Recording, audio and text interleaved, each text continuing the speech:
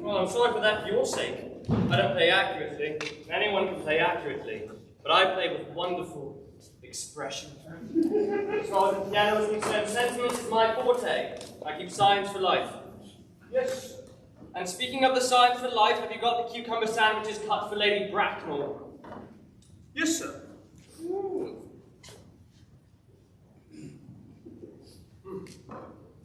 Oh, by the way, Lane, I see from your book that on Thursday night when Lord Shorman and Mr. Worthing were dining here, 8 bottles of champagne are entered as having been consumed. Yes, sir. 8 bottles and a pint. Why is it that at a bachelor's establishment, the servants invariably drink the champagne? I ask merely for information. Are attributed to the excellent quality of the wine, sir. I've often observed that in married households, the champagne is rarely of a first-rate brand. Heavens, is marriage so demoralizing as that? I believe it is a very pleasant state, sir. I have not had much experience of it myself up to the present. I have only been married once. That was in consequence of a misunderstanding between myself and a young person. I don't know that I'm much interested in your family life, Lane. No, sir, it is not a very interesting subject. I never think of it myself. Very natural, I'm sure. That will do, Lane, thank you. Thank you, sir. Lane's views on marriage seem somewhat lax. Really, if the lower orders don't set us a good example, what on earth is the use of them? They seem as a class to have absolutely no sense of moral responsibility. Mr. Ernest Worthing. Oh, how are you, my dear Ernest? What brings you up to town? Oh, pleasure, pleasure. What else should bring one anywhere? Eating as usual, I see, Algy. I believe it is customary in good society to take some slight refreshment at 5 o'clock. Where have you been since last Thursday? In the country. What on earth do you do there? Well, when one is in town, one amuses oneself, but when one is in the country, one amuses other people. It is excessively boring. And who are the people you amuse? Neighbors. You got nice neighbours in your part of Shropshire? Perfectly horrid. Never speak to one of them. How immensely you must amuse them. By the way, Shropshire is your county, is it not? Shropshire? Oh, yes. Of course. Well, hello, why all these cups? Why the cucumber sandwiches? Why such reckless extravagance, one so young?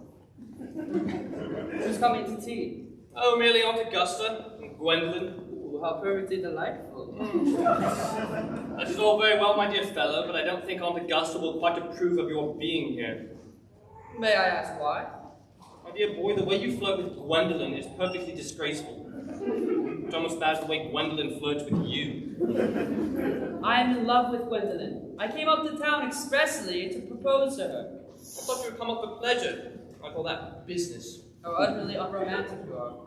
I really don't see anything romantic in proposing. It's very romantic to be in love, but there's nothing romantic about a definite proposal. Well, one may be accepted, one usually is, I believe, and then the excitement is all over. The very essence of romance is uncertainty. If ever I get married, I'll certainly try to forget the fact. I've no doubt about that, dear Algy. The divorce court was specially invented for people whose memories are so curiously constituted. There's no use speculating on that subject. Divorces are made in heaven. Oh, please don't touch the cucumber sandwiches. They are ordered specially for Aunt Augusta. But you've been eating them this whole time. That is quite a different matter. She is my aunt. Have some bread and butter. The bread and butter is for Gwendolyn. Gwendolyn is devoted to bread and butter. Very good bread and butter it is, too. Hey, you need not eat it as if you were going to eat it all. You behave as if you were married to her already. You are not married to her already, and I don't think you ever will be. Why on earth do you say that? Well, in the first place, girls don't marry the men they flirt with. Girls don't think it right. But that's nonsense. It isn't. It's a great truth. It accounts for the extraordinary number of bachelors that once is all over the place. In the second place, I don't give my consent. Your consent? My dear fellow, Gwendolyn is my first cousin, and before I allow you to marry her, you will have to clear up the whole question of Cecily. Cecily? What on earth do you mean? What do you mean by Cecily? I don't know anyone of the name Cecily. Bring me the cigarette case that Mr. Worthing left in the smoking room the last time he dined here. Yes? Do you mean to say that you've had my cigarette case all this time? Well, I wish to goodness you'd let me know. I've been writing frantic letters to Scotland Yard about it. I was very, very, very nearly offering a large reward. Well, I wish you would offer one. It'd have to be more than usually brought up. Well, there's no use in offering a large reward now that the thing is found. I think that is very mean of you, Ernest, I must say, but now that I look at the inscription inside, I find that the thing isn't yours after all. Of course it's mine. You've seen it with me 100 times. You've no right whatsoever to read what's written inside. It's a very ungentlemanly thing to read a private cigarette case. Oh, it's absurd to have a hard and fast rule about what one should read and what one shouldn't. More than half of modern culture depends on what one shouldn't read. I'm quite aware of the fact, and I don't propose to discuss modern culture. It isn't the sort of thing one should talk about in private. I simply want my cigarette case back. But this isn't your cigarette case. This cigarette case is a present from someone of the name Cecily. And you said you didn't know anyone of that name. Well, if you must know, Cecily happens to be my aunt. Your aunt? Yes, charming young lady she is too. Lives in Tunbridge Wells. Now give it back, Algy. Yes, but why does she call herself Little Cecily? She is your aunt and lives at Tunbridge Wells. From Little Cecily, with her fondest love. My dear Algy, some aunts are tall, but some aunts are not tall. That should surely be a matter an aunt may be allowed to decide for herself. You seem to think every aunt should be exactly like your aunt. That's absurd. For heaven's sake, give me back my cigarette case. But why does your aunt call you her uncle?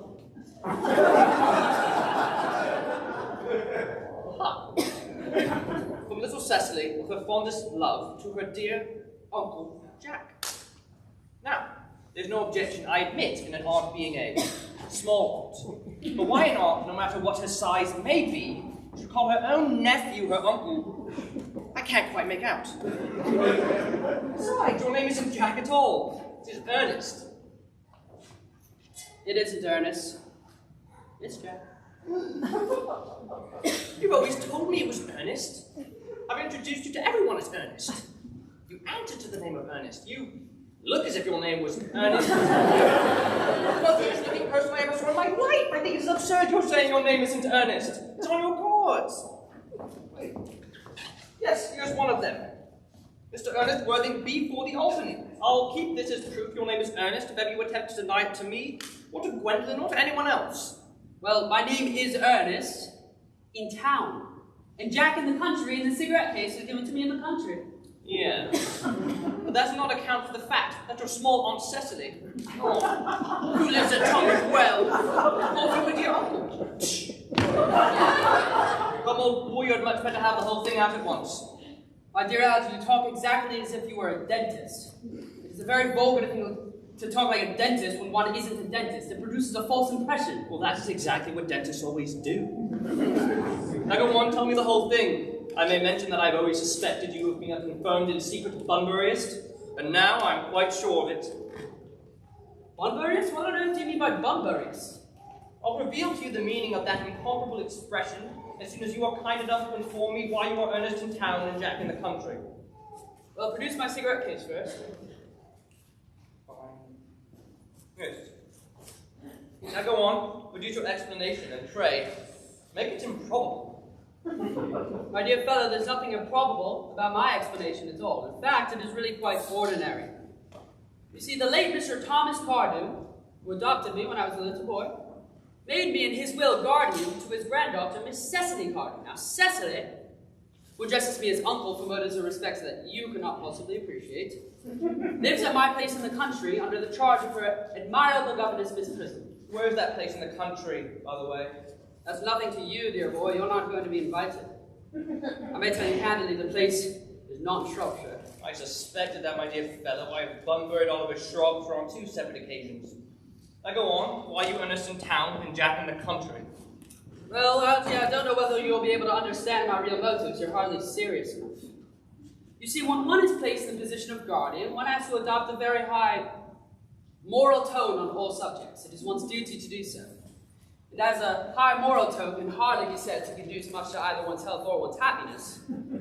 In order to get up to town, I've always had to pretend to have a younger brother of the name Ernest, who lives in the Albany and gets into the most dreadful scrapes. Now that, my dear Algy, is the whole truth, pure and simple. The truth is rarely pure and never simple.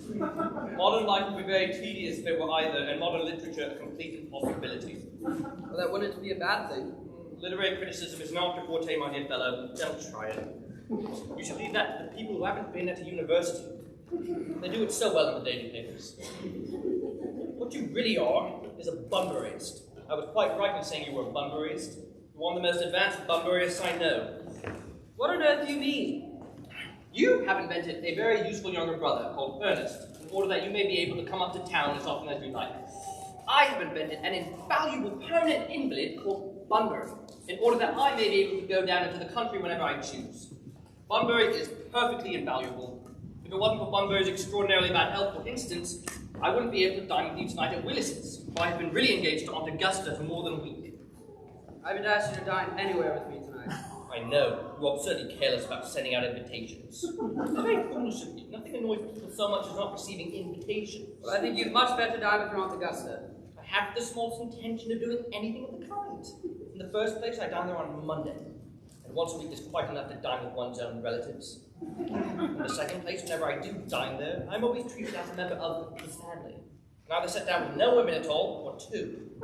In the third place, I know perfectly well whom she will place next to me tonight.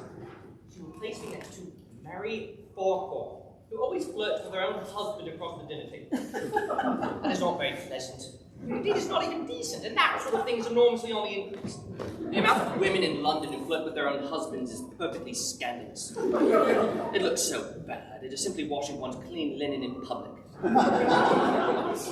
Besides, now that I know you to be a confirmed Bunburyist, I naturally want to talk to you about Bunbury. I want to tell you the rules. I'm not a Bunburyist at all. If Gwendolyn accepts me, I'm going to kill my brother. Indeed, I think I may kill him in any case. Cecily seems a little bit too much interested in him. It's rather a bore. So I'm going to get rid of Ernest, and I suggest you do the same with your invalid friend with the absurd name. Nothing will induce me to part Bunbury, and if ever you get married, which seems to me extremely problematic, you will be very happy to know Bunbury. A man who marries without knowing Bunbury has a very tedious time of it. Oh, that's nonsense. If I ever marry a charming girl like Gwendolyn, she is the only girl I ever met in my life that I would marry. Certainly won't want to know Bunbury. Ah, but your wife will. You don't seem to realize, my dear fellow, that in married life 3 is company and 2 is none. That, my dear fellow, is a theory that the corrupt French drama has been propounding for the last 50 years. Yes, and the happy English home is proved in half the time. For heaven's sake, don't try to be cynical. It's perfectly easy to be cynical. Well, it isn't easy to be anything nowadays. There's such a lot of beastly competition about it. That must be Aunt Augusta. Only relatives or creditors ever ring that Wagnerian manner. Now, if I get out of the way for 10 minutes so that you may have an opportunity of proposing to Gwendolyn, may I dine with you tonight at Willis's?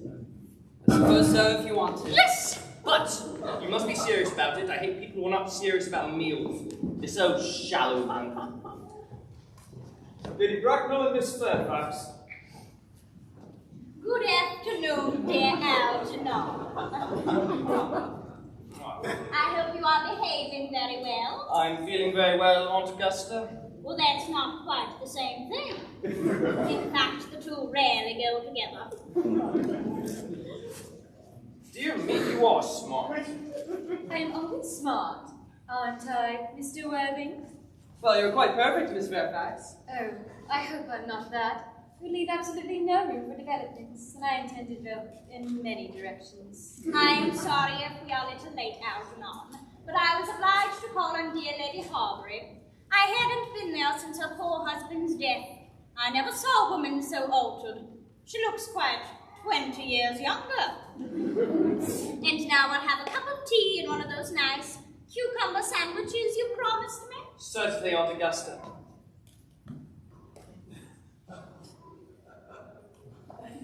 Lane, why are there no cucumber sandwiches? I ordered them specially. There were no cucumbers in the market this morning, sir. I went down twice. No cucumbers? No, sir, not even for ready money. That will do, Lane. Thank you. Thank you, sir. I am greatly distressed, Aunt Augusta, about there being no cucumbers, not even for ready money. It really makes no matter, Algernon. I had some crumpets with Lady Harbury, who seems to me to be living entirely for pleasure now. I hear her hair has grown quite gold from grief. It certainly has changed its colour. From what cause I, of course, cannot say. Thank you. I've quite a treat for you tonight, Algernon. I'm going to send you down with Mary Farquhar. She's such a nice woman and so attentive to her husband. It's a delight to watch. I'm afraid, Aunt Augusta, I have to give up the pleasure of dining with you tonight after all. Well, I hope not, Algernon. It would put my table completely out. Your uncle would have to dine upstairs. Fortunately, he is accustomed to that. It is a great bore and I need to say a terrible disappointment, but the fact is I've just had the news to say that my poor friend Bunbury is very ill again. They seem to think I should be with him. It is very strange. This Mr. Bunbury seems to suffer from curiously bad health. Yes, poor Bunbury is a dreadful invalid. Well, I must say, Algernon, I think it is high time that Mr. Bunbury made up his mind whether he was going to live or to die. This shilly-shallying with the question is absurd, nor do I in any way approve of the modern sympathy for invalids. I consider it morbid. Illness of any kind is hardly a thing to be encouraged in others. Health is the primary duty of life. I'm always telling that to your poor uncle, but he never seems to take much notice as far as any improvement in his ailment skills. I would be much obliged if you would ask Mr. Bunbury from me not to have a relapse on Saturday, for I rely on you to arrange my music for me. It is my last reception, and one wants something that will encourage conversation, particularly at the end of the season, when everyone has practically said whatever they had to say, which in most cases was probably not much. I shall speak to Bunbury Aunt Augusta, if he is still conscious. And I'm quite sure he will be okay by Saturday. Of course, the music is a great difficulty. You see, if one plays good music, people don't listen. If one plays bad music, people don't talk. But I shall run over the program I have drawn out for you if you will kindly follow me into the next room for a moment. Thank you, Algernon. It is very thoughtful of you. I'm sure the program will be delightful after a few expurgations. French songs I cannot possibly allow. People always seem to think that they are improper and either look shocked, which is vulgar, or laugh, which is worse. But German sounds a thoroughly respectable language, and indeed I believe is so. Gwendolen, you will accompany me? Certainly, Mamma.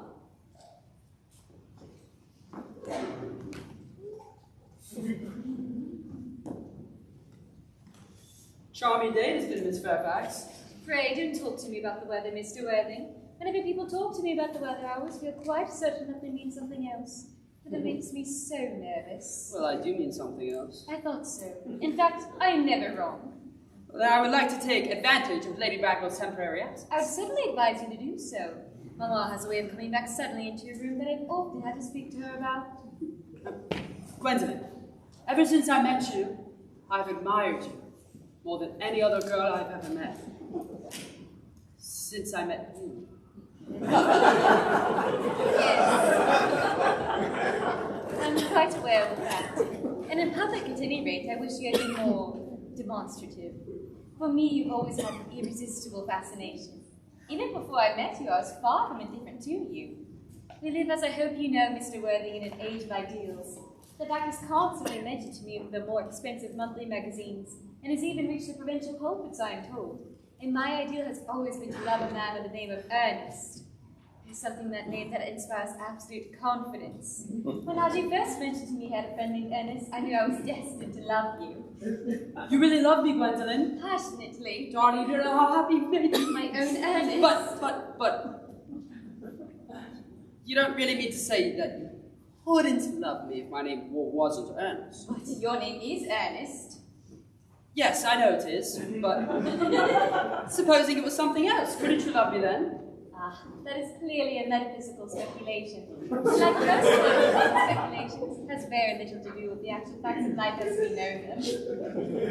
Well, yes, but personally, darling, I don't think I like the name Ernest. I don't think it suits me much at all. It suits you perfectly. It is a divine name. It has music of its own. It produces vibrations. Yes, but I think there are much nicer names out there. I think Jack, for instance, a charming name. Jack. No, there's very little music in the name Jack, if any at all. It's not real, it produces no vibrations. I've known several Jacks, and they all, without exception, have been more than usually plain. Besides, Jack is notorious in Mississippi for the name John, and I pity any woman who is married to a man named John.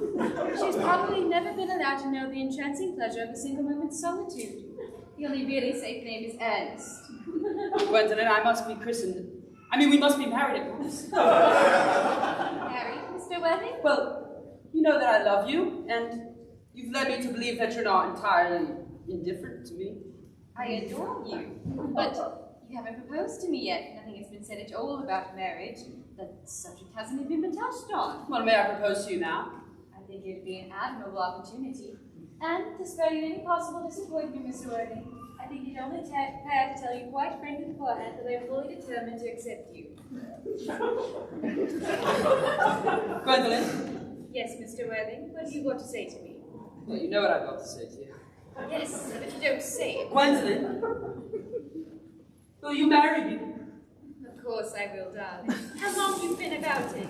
I think you have very little experience in how to propose. Oh, but I am one. I've never loved anyone in the world. Yes, but men often propose for practice. I know my brother Gerald does, so my girlfriends tell me so.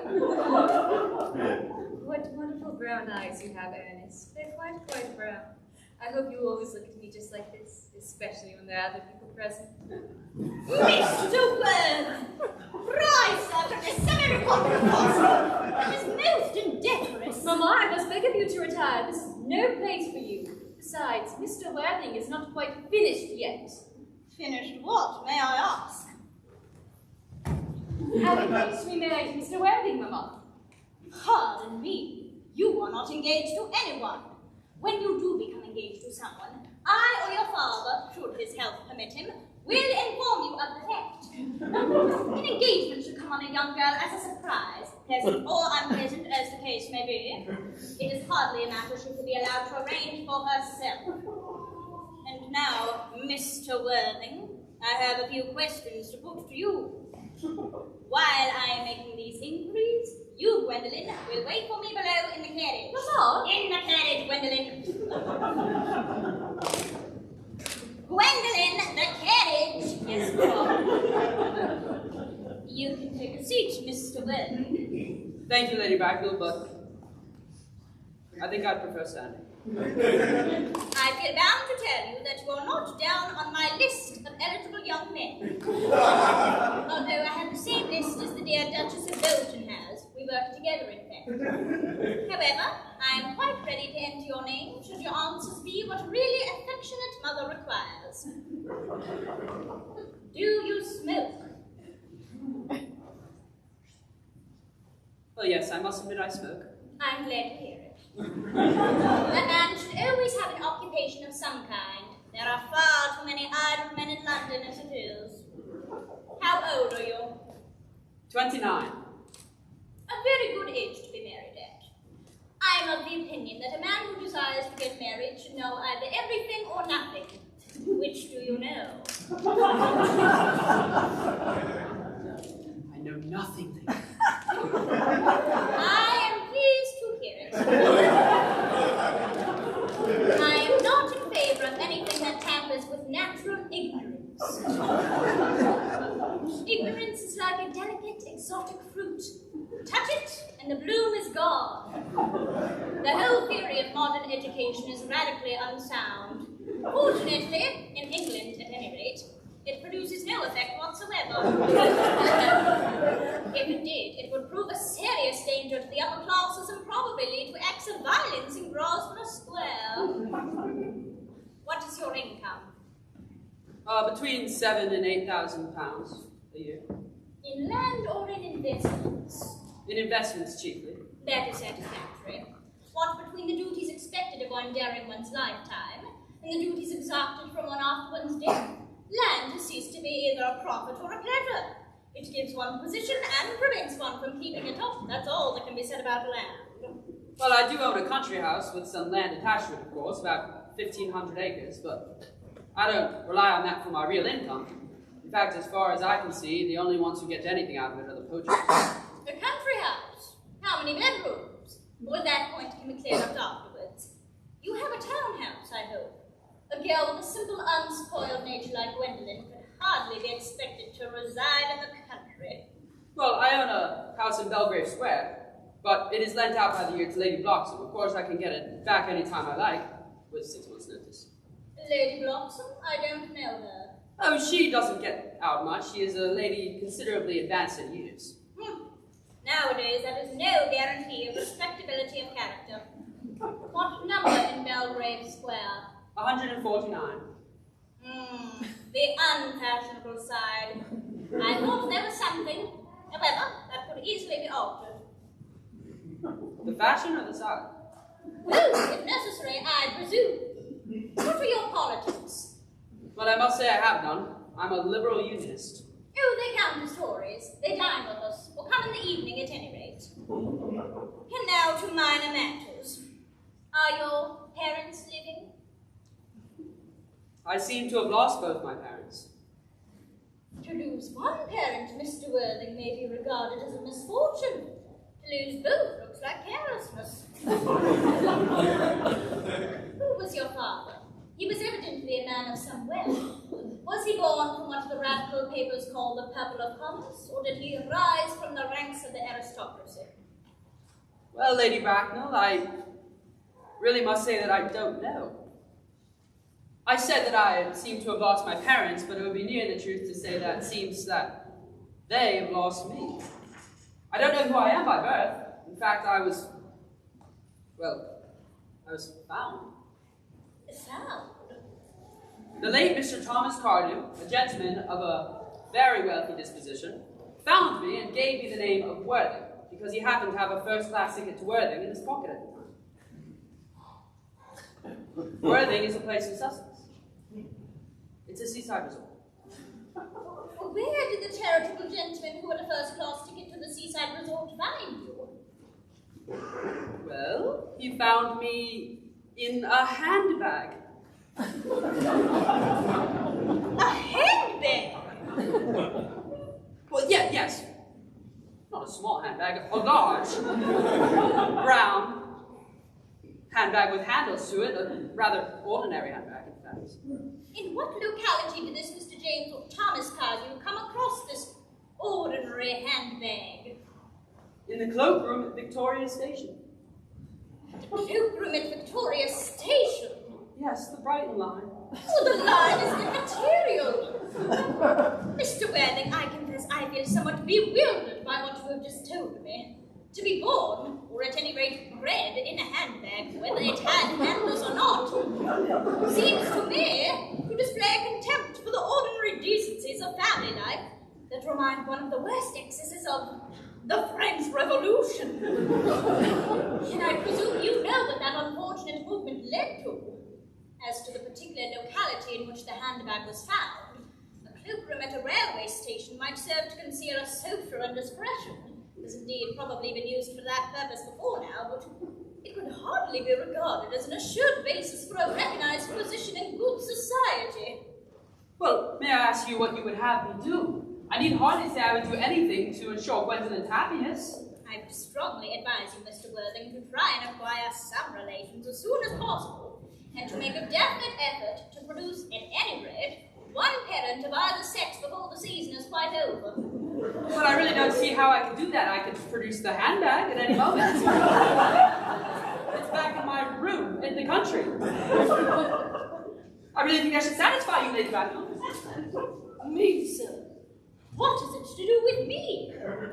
You can hardly imagine that I and Lord Bracknell would dream of allowing our only daughter, a girl brought up with the utmost care, to marry into a cloakroom and form an alliance with a parcel. Good morning, Mr. Worthing. Good morning.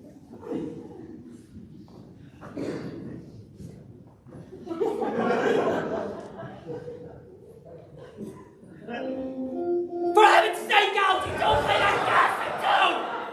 How idiotic you are! Did it go all right? You don't mean to say Gwendolyn refused you?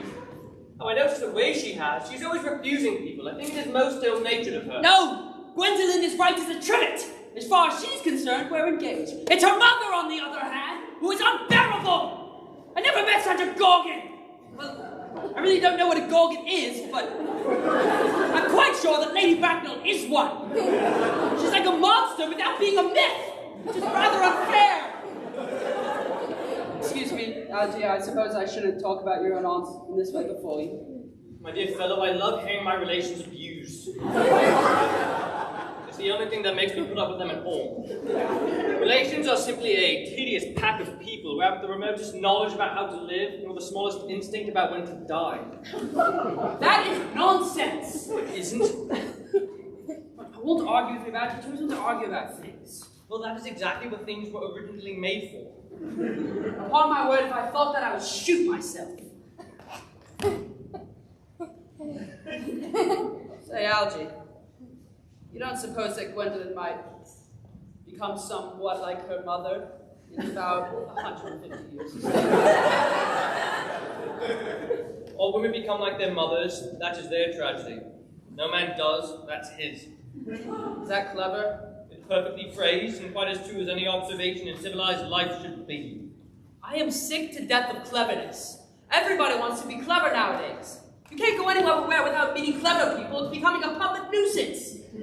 I wish to goodness we had some fools left. We have. Well, I would extremely like to meet some. What do they talk about? The fools? Oh, about the clever people, of course. Fools. Oh, by the way, did you tell Gwendolyn about your being earnest in town and Jack in the country?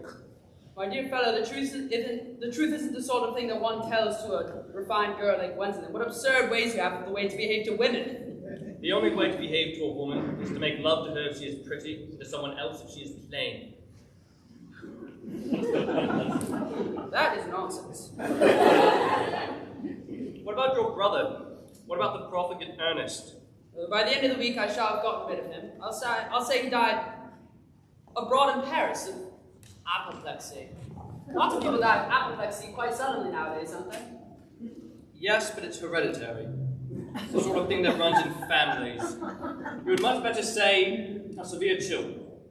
You're sure severe chills is hereditary or anything? Of course it isn't. Very well, I'll say. My poor brother Ernest was carried off abroad in Paris with a severe chill. That gets rid of him. But didn't you say Miss Cardew was a little too much interested in your poor brother Ernest? Well, I'm happy to say Cecily is not a silly romantic girl. She has a capital appetite, goes on long walks, and pays no attention at all to her studies. I would rather like to meet Cecily. I will make very good sure you never do. She's excessively pretty, and she's only just 18. Have you told Gwendolyn that you have an excessively pretty ward who's only just 18? One doesn't blurt these things out to people. I'm perfectly certain that Gwendolyn and Cecily will be the best of friends. I'll bet you anything you like. 30 minutes after they've met, they'll be calling each other sister. Women only do that when they've called each other a lot of other things first. Now, if we want to get a good table at Willis's, we really must go and dress. Do you know that it's nearly 7? It's always nearly 7. Yes, well, I'm hungry. I never knew a time when you weren't hungry. What shall we do after dinner? Go to a theatre? No, I loathe listening. Well, then we might go to a club. No, I hate talking. Then we might trot round to the Empire at 10. No, I can't bear looking at things. It's so silly. What shall we do? Nothing! It's very hard work doing nothing. I don't mind hard work when there's no definite object of any kind. Miss Fairfax. Gwendolyn, upon my word. Algy, kindly tell you about. I have something very particular to say to Mr. Worthing. Really, Gwendolyn, I don't think I can allow it at all. Algy, you always adopt a rather immoral attitude towards men. I don't think you're quite old enough to do that. Gwendolyn.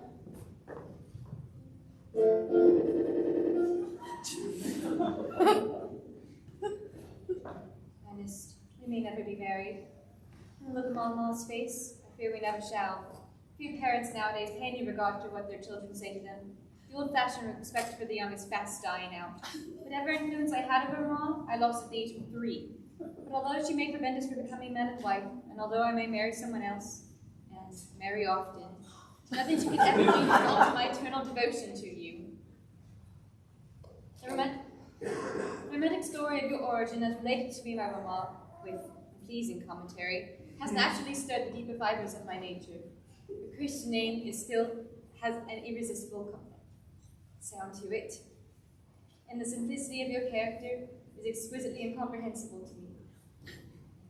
Your town address at the Albany I have. What is your address in the country?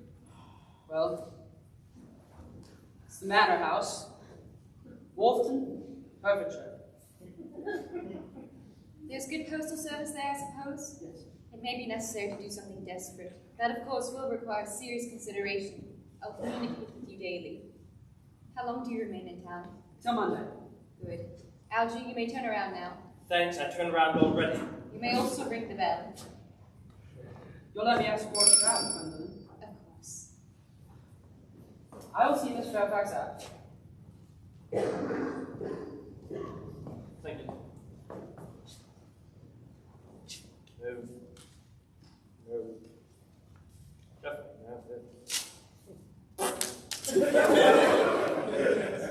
A glass of sherry, Lane. Yes, sir. Tomorrow, Lane, I'm going bunburying. Yes? I shall probably not be back till Monday morning.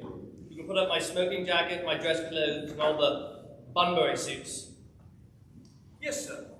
I hope tomorrow will be a fine day, Lane. It never is, sir. Lane, you are a perfect pessimist. I'll do my best to give satisfaction, sir. There's a sweet, refined girl if I ever met one. Only girl I've ever loved in my life. What are you so amused at? Oh, I'm just a little worried about Bunbury, that's all. You better watch out. Your friend Bunbury is going to get you into some serious scrapes someday. I love scrapes. They're the only things that are never serious. That's nonsense, Al. You never talk anything but nonsense. Nobody ever does.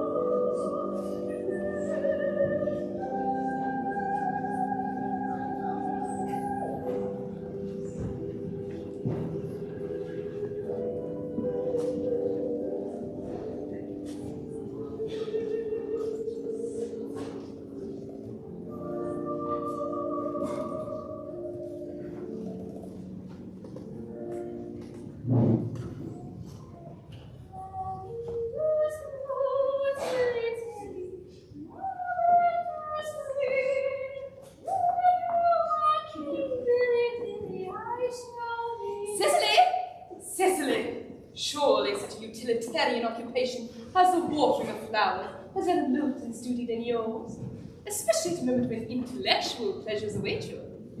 Your German grammar is on the table. Pray open to page 15. We will repeat yesterday's lesson. But I don't like German.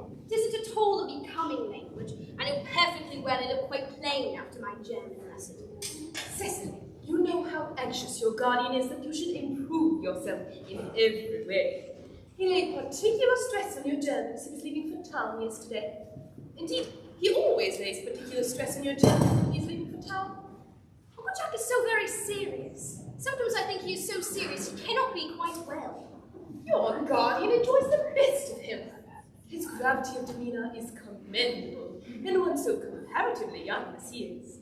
I know no one with a higher sense of duty and responsibility. Suppose that is why he looks rather bored when we three are together. Cecily, I am surprised at you. Mr. Worthing has had many troubles in his life. Idle merriment and triviality would be out of place in his conversation. You must remember his constant anxiety about that unfortunate young man, his brother. I wish Uncle Jack would allow that unfortunate young man, his brother, to come down here sometime. Oh, we might have a good influence over him in his prison. I'm sure you said he would. You know, things like German and geology, and things of that kind influence a man very much. I do not think that even I could produce any effect on a character that, according to his own brother's admission, is irretrievably weak and vacillating. Indeed, I am not sure I desire to reclaim him. I am not in favour of this modern mania of turning bad people into good people at a moment's notice. As a man so shall he reap.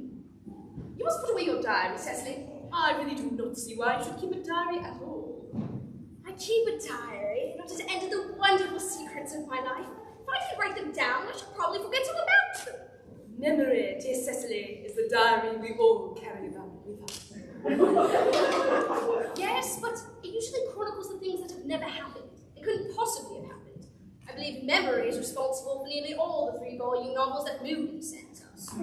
Do not speak slightly of the 3-volume novel, Cecily. I wrote one myself in earlier days. Did you really, Miss Prism? How wonderfully clever you are! Oh, I hope it's not sent happily. I don't like novels that end happily. They depress me so much. The good ended happily, and the bad unhappily. That is what fiction means. Yes, but that seems rather unfair. Was your novel ever published? Alas, no. The manuscript, unfortunately, was abandoned. I use the word in the sense of lost or misled.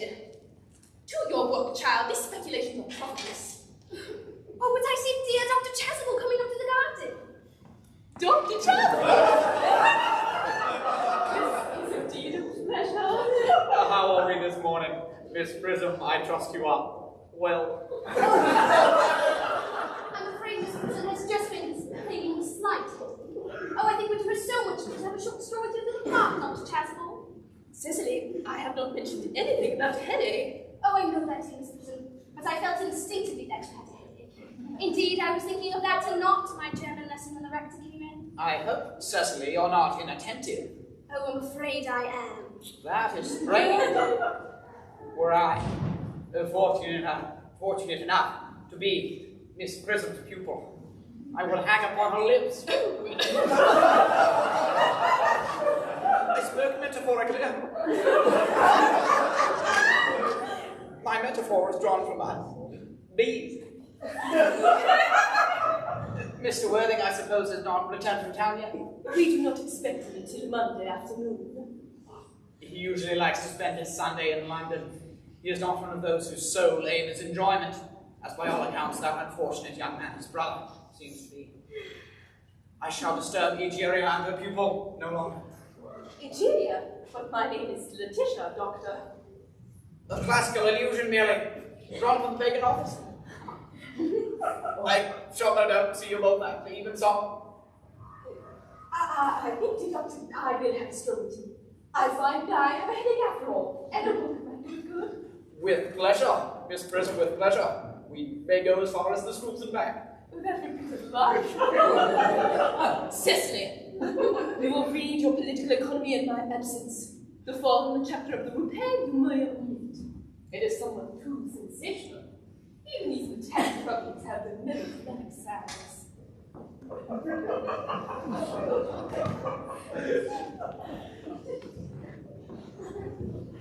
Horrid political economy.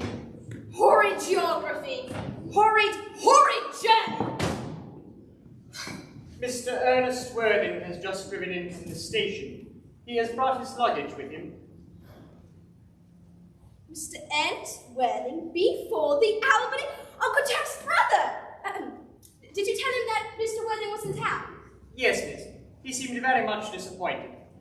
I mentioned to him that you and Miss Prism were in the garden. He said he was anxious to speak with you privately for a moment. Tell Mr. Ernest Worthing to come here. And you'd better talk to the housekeeper about a room for him. Yes, miss. I've never met any really wicked person before. I feel rather frightened. I'm so afraid he will look just like everyone else. He does. You are my little cousin Cecily, I'm sure. You are under some strange mistake, sir. I am not little. In fact, I believe I am more than usually tall for my age. But I am your cousin Cecily. And And you, I see from your card, on my cousin Ernest, Uncle Jack's brother. My wicked cousin Ernest. Oh, you mustn't think that I am wicked, Cousin Cecily. I'm not really wicked. Well, if you were not, then you've certainly been deceiving us all in a very inexcusable manner. I hope you've not been leading a double life, pretending to be wicked and being really good all the time. That would be hypocrisy. Well, of course I have been rather reckless. Oh, I'm glad to hear it. In fact, now you mention the subject, I've been very bad. In my own small way.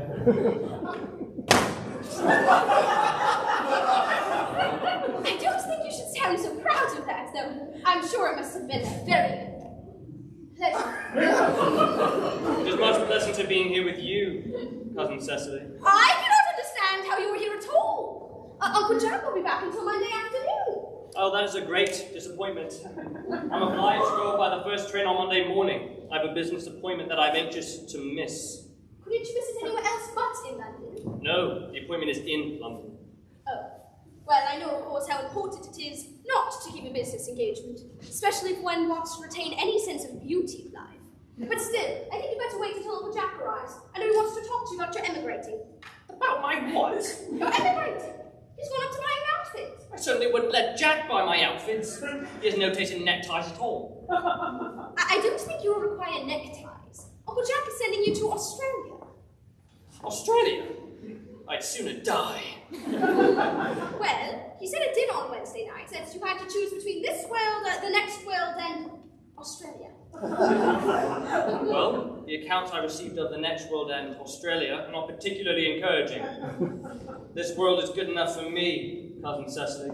Yes, but are you good enough for it? I'm afraid I am not that. That's why I want you to reform me. You might make that your mission if you don't mind, Cousin Cecily. I'm afraid I've no time this afternoon. Well, would you mind then my reforming myself this afternoon? It's rather exotic of you, but I think you should try. I will. I feel better already. You're looking a little worse. Well, that's because I'm hungry. Oh, how thoughtless of me! I should have remembered that when one is going to lead an entirely new life, one does require regular and wholesome meals. Won't you come in? Yes. Might I have a buttonhole first? No, I'm not sure yet. No. I'd sooner have a pink rose. Why? Because you are like a pink rose, Cousin Cecily. I don't think it can be right for you to talk to me like that. Miss Prism never says such things to me. Well, then Miss Prism is a short-sighted old lady. You are the prettiest girl I ever saw. Miss Prism says all good looks are a snare. They are a snare every sensible man would like to be caught in. Oh, I don't think I should like to catch a sensible man. I should know what to talk to him about.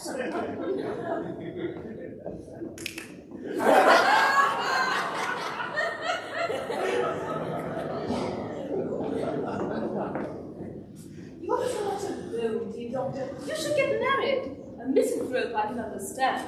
A womenthrope, never. Believe me, Miss Prism, I do not deserve so neologistic a phrase. The precept as well as the practice in the primitive church was distinctly against matrimony.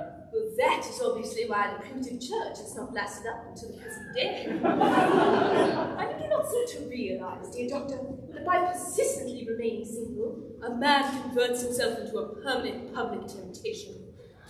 Men should be more careful. This very celibacy leads weaker vessels astray. But is a man not equally attractive when married? No married man is ever attractive, except to his wife. And often I'm told not even to her. That depends on the intellectual sympathies of the woman. Maturity can always be depended on. Ripeness can be trusted. Young women are green. I spoke horticulturally. My metaphor was drawn from fruits. Oh, but where is Cecily? Perhaps she followed us to the schools. Mr. Worthing! Mr. Worthing? This is indeed We did not expect you until Monday afternoon. Well, I returned sooner than expected. Dr. Chaskell, I hope you're well. Mr. Worthing, I trust this God, the woe does not betoken some terrible calamity. It's my brother. More shameful debts and extravagance. Still leading his life of pleasure. Dad! Oh, your brother is dead. Quite dead. What a lesson for him! I trust he will profit by it. Mr. Worthing, I must offer you my most sincere condolence. You have at least the consolation of knowing you are always the most generous and forgiving of brothers. Poor Ernest. He had his faults, but really it is a sad, sad blow. Very sad indeed. Were you with him at the end? No, he seemed to have died abroad in Paris. Was the cause of death mentioned? A severe chill, it seems. As a man so shall he reap. Charity. Dear Miss Prism, charity. None of us are perfect. I myself am peculiarly susceptible to drafts. Will the interment take place here? No, he seems to have expressed a desire to be buried in Paris. In Paris. I fear that points to any very serious state of mind at the last. You would no doubt wish I make some slight allusion to this tragic domestic affliction next Sunday. My sermon on the meaning of the manna in the wilderness can be adapted to nearly any occasion, joyful or, as in the present case, distressing. I have preached it at harvest celebrations, christenings, confirmations, days of humiliation, and festal days. The last time I preached it was at the cathedral, on behalf of the Society for Prevention of Discontent among the upper orders. The bishop, who was present, was much struck by some of the analogies I drew. Dr. Chasuble, you mentioned christening, I think. Well, you do know how to christen, all right? I mean, naturally, you're christening constantly, are you not?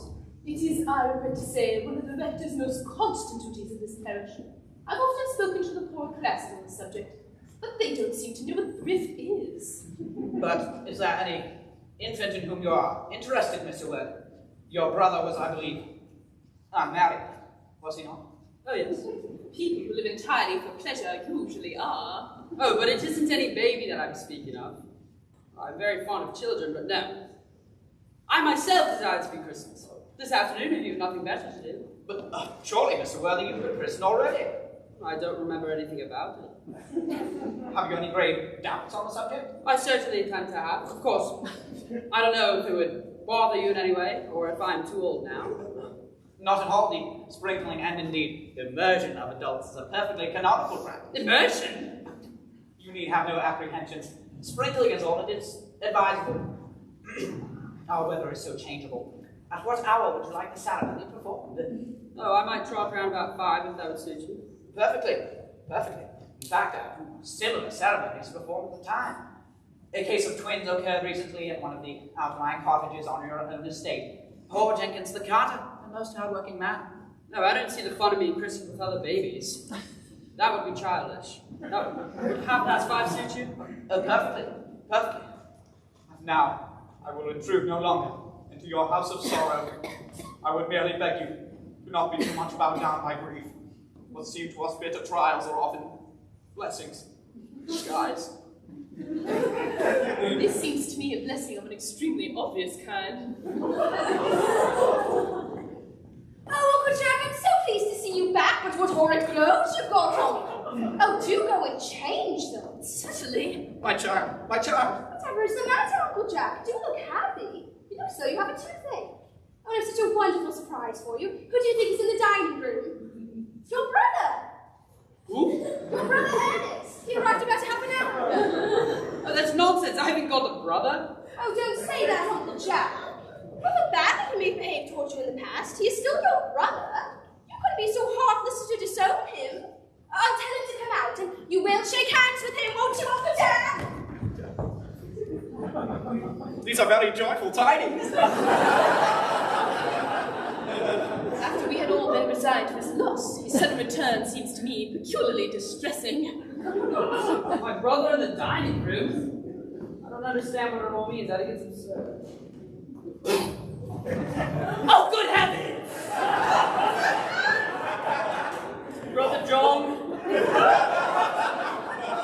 I have I've come down from town to tell you that I am very sorry for all the trouble I have given you, and that I intend to lead a better life in the future.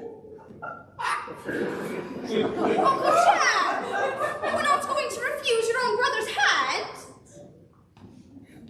Nothing will induce me to take his hand. I think his coming down here disgraceful. He knows perfectly well why.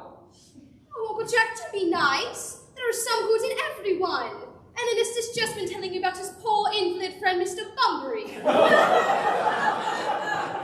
he goes to visit so often, and surely there must be much good in one who's so kind to an invalid, and leaves the pleasures of London to sit by a bed of pain. He's been talking about Bunbury, has he? Oh yes, he's told me all about poor Mr. Bunbury in his terrible state of health. Well, I won't have him talk to you about Bunbury, or about anything else. It's enough to drive him perfectly frantic. Of course, I admit the faults are all on my side, but I must say Brother John's coldness to me seems peculiarly painful.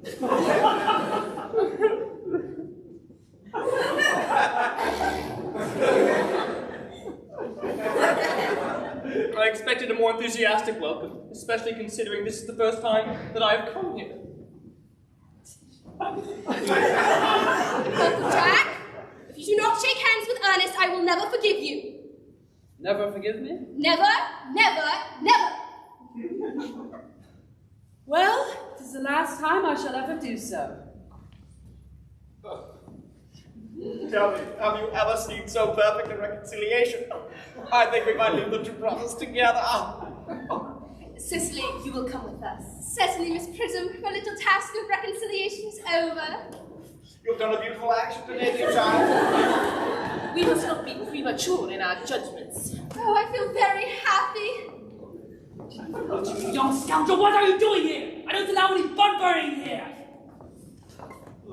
I put Mr. Ernest's things in the room next to yours, sir. I suppose that is all right. What? Mr. Ernest's luggage, sir. I have unpacked it and put it in the room next to your own. His luggage? Yes, sir. A dressing case, 3 portmanteaus, 2 hat boxes, and a large luncheon basket. I don't think I'll be able to stay more than a week this time. Ireland, open the dog cart at once. Mr. Ernest has suddenly been called back to town. Yes, sir.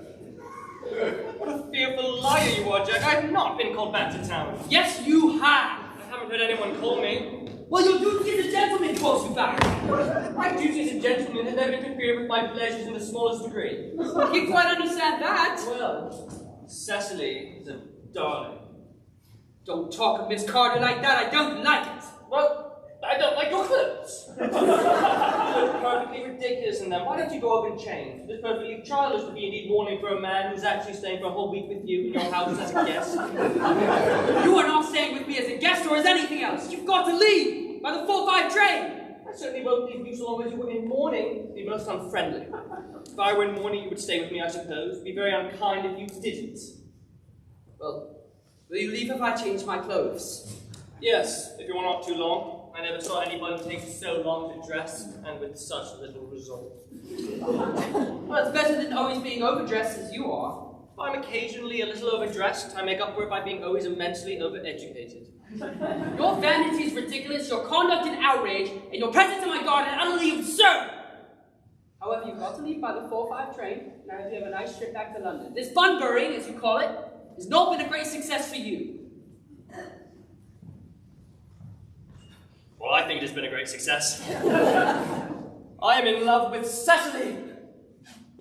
And that is everything. But I must see her before I go and make arrangements for another Bunbury. Oh, there she is.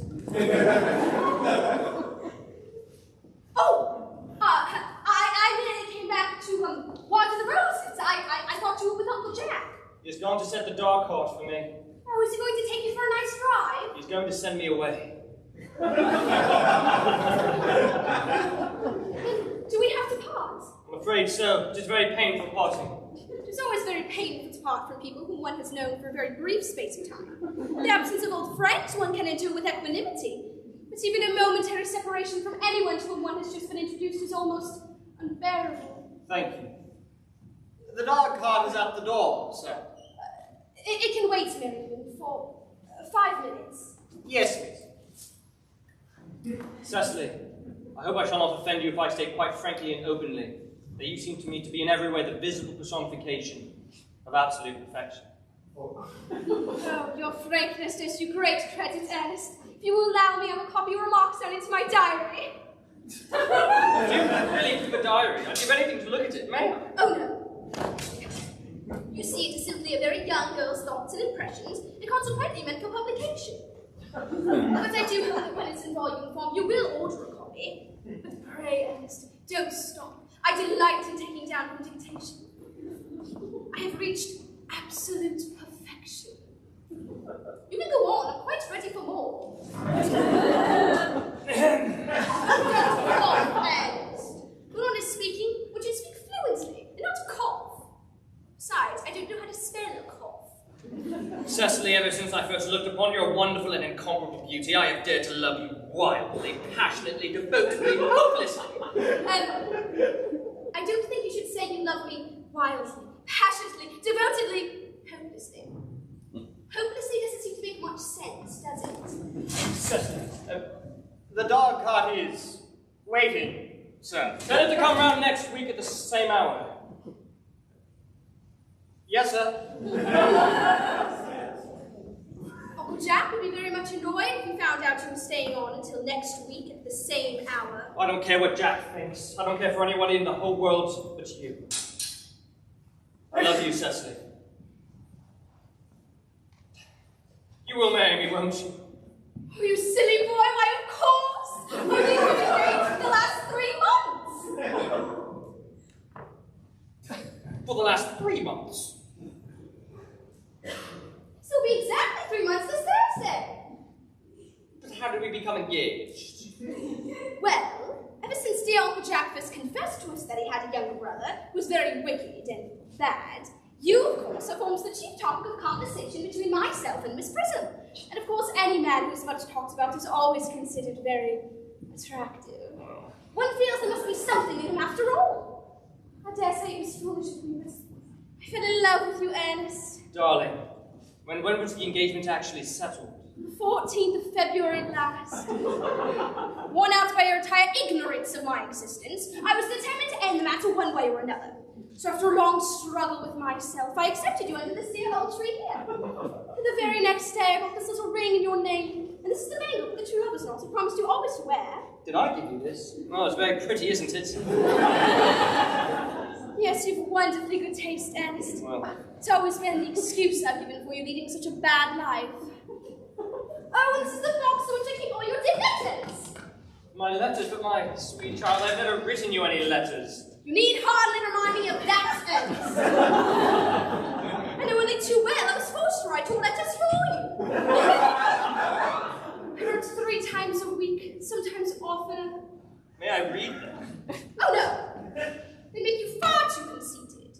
The last 3 you wrote me after broken off our engagement was so beautiful and so badly spelled that even now I can hardly read them without crying a little. Well, was our engagement ever broken off? Of course it was, on the 22nd of last March. You can see the entry if you like.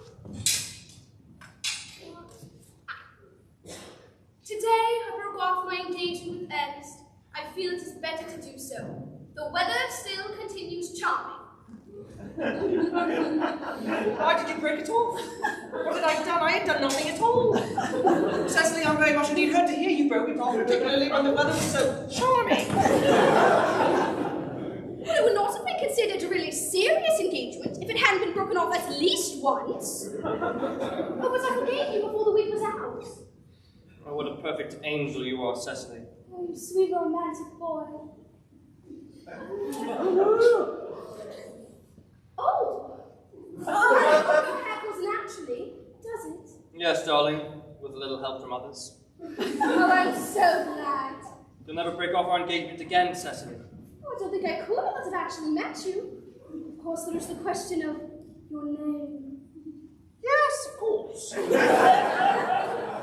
Oh, you mustn't laugh at me, darling, but it has always been a girlish dream of mine to love someone whose name was Ernest.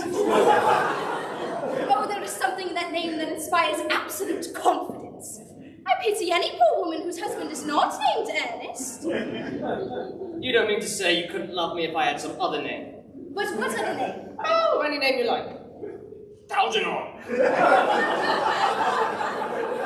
Oh, but I don't like the name Algernon.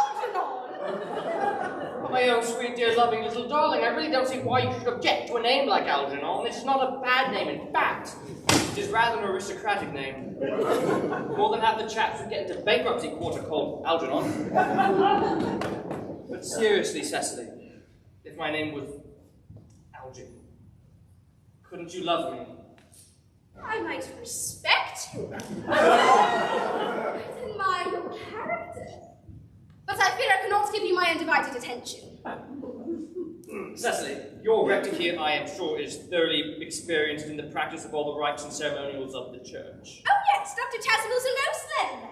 He's never written a single book, so you can imagine how much he knows. Very good. I must see him at once on the most important christening. I mean, most important business. I shan't be away more than half an hour. Considering how we've been engaged since February the 14th, I've only met you just today. I think it's rather hard that you should leave me so long a period as half an hour. Couldn't you make it 20 minutes? I'll be back in no time.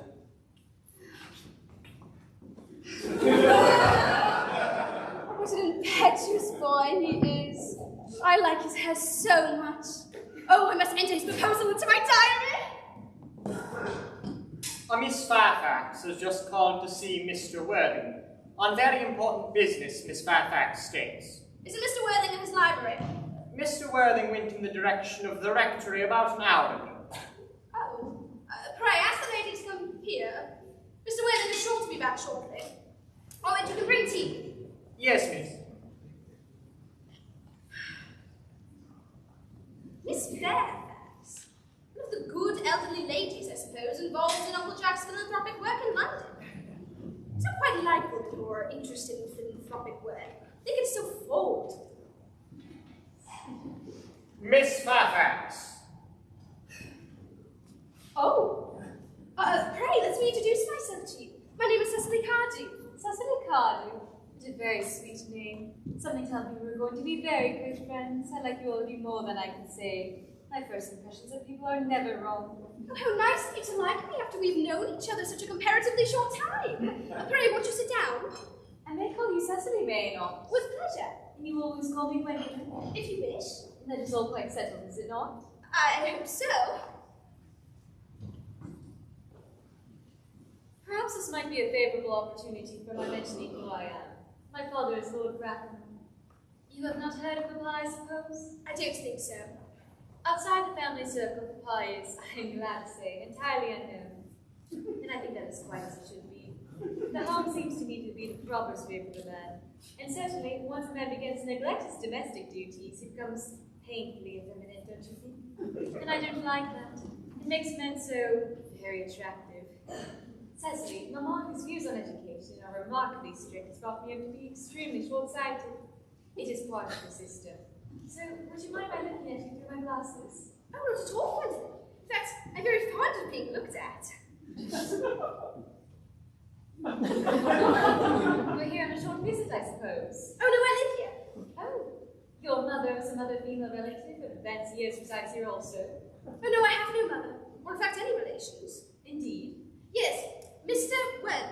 my guardian, with the assistance of Miss Prism, the arduous task of looking after me. Your guardian? Yes, I'm Mr. Worthing's ward. Oh, it is quite strange for you to have never mentioned that he had a ward before. How secretive of him. He grows more interesting hourly. I cannot say, however, that the news fills me with feelings of mixed delight. I am very fond of you, Cecily. I liked you from the moment I met you. But now that I know you are Mr. Worthing's friend, I cannot help but say to wish you were a little older than you seem to be, and not quite so alluring in appearance. In fact, if I might speak candidly... Oh, pray do. I believe that when anyone has anything unpleasant to say, one should speak quite candid. Well, to speak with perfect candor, I wish you were fully 42 and more than usually plain for your age. Ernest has a strong, upright nature. He is the very soul of truth and honor. Disloyalty would be as impossible for him as deception. Yet even men of the highest possible moral character are extremely susceptible to the physical charms of others. Modern, no less than ancient history provides numerous most painful examples of what it referred to. If it were not so, history would be quite unreadable. I beg your pardon, Did you say Ernest? Yes. Oh, but it is not Ernest Worthing who is my guardian. It is his brother, his elder brother. Ernest never mentioned that he had a brother. Sorry to say that you have not been on good terms for quite some time. Ah, that accounts for it. And now that I think of it, I cannot recall any man ever mentioning his brother. The subject seems distasteful to most men. Cecily, you've lifted a load from my mind. I was growing almost anxious. It would have been terrible for Cloud to come across a friendship such as ours, would it not? However, you are quite sure that it is not Mr. Ernest Worthing who is your guardian? Oh, quite sure. In fact, I'm going to be his. I beg your pardon. I see no reason to keep a secret of it to you, Quentin. A little county newspaper is bound to chronicle the facts next week. Mr. Ernest Worthing and I are engaged to be married. My darling Cecily, I'm afraid there's been some slight error. Mr. Ernest Worthing is engaged to be married to me. An announcement will appear in the Morning Post no later than Saturday. There must be some strange mistake, Quentin, for Ernest proposed to me exactly 10 minutes ago.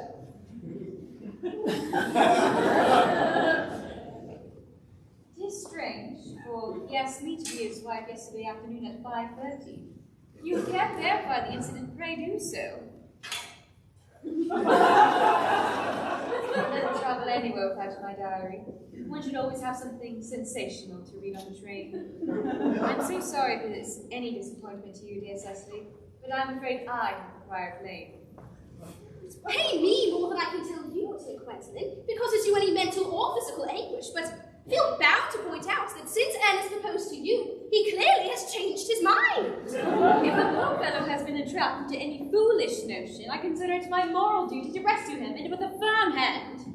Whatever entanglement my dear boy may have gotten himself into, I will never approach him with it after we are married. You allude to me, Miss Cardew, as an entanglement? You are presumptuous. On an occasion such as this, it becomes more than a moral duty to speak one's mind. It becomes a pleasure. Do you suggest, Miss Fairfax, that I entrapped Ernest into an engagement? How dare you! Now is not the time to wear the shallow mask of manners. When I see a spade, I call it a spade. And I am glad to say that I've never seen a spade. It is clear our social spheres are widely different. Shall I lay the tea there as usual, miss? Yes, as usual. Are there any interesting walks in the vicinity, Miss Cardew? Oh yes, a great many. From one of the hills quite close, one can see nearly 5 counties. 5 counties? I don't think I should like that. I hate crowds. I suppose that's why you live in town? Quite a well-kept garden this is, Miss Cardew. So glad you like it, Miss Fairfax. I had no idea there were any flowers in the country. Oh, flowers are as common here, Miss Fairfax, as people are in London. Personally, I don't understand how anybody can manage to live in the country. If anybody who is anybody does. The country always bores me to death. Suppose this is what the newspapers refer to as agricultural depression, is it not? I hear it is quite prevalent among the aristocracy quite at present. It is almost an epidemic amongst them, I am told. A tea, Miss Fairfax? Yes, thank you. Detestable girl, but I require tea. Sugar? No, thank you. Sugar is not fashionable anymore.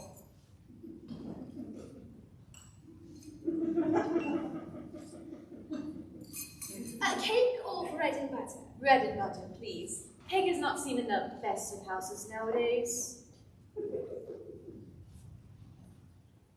Hand that to Miss Fairfax.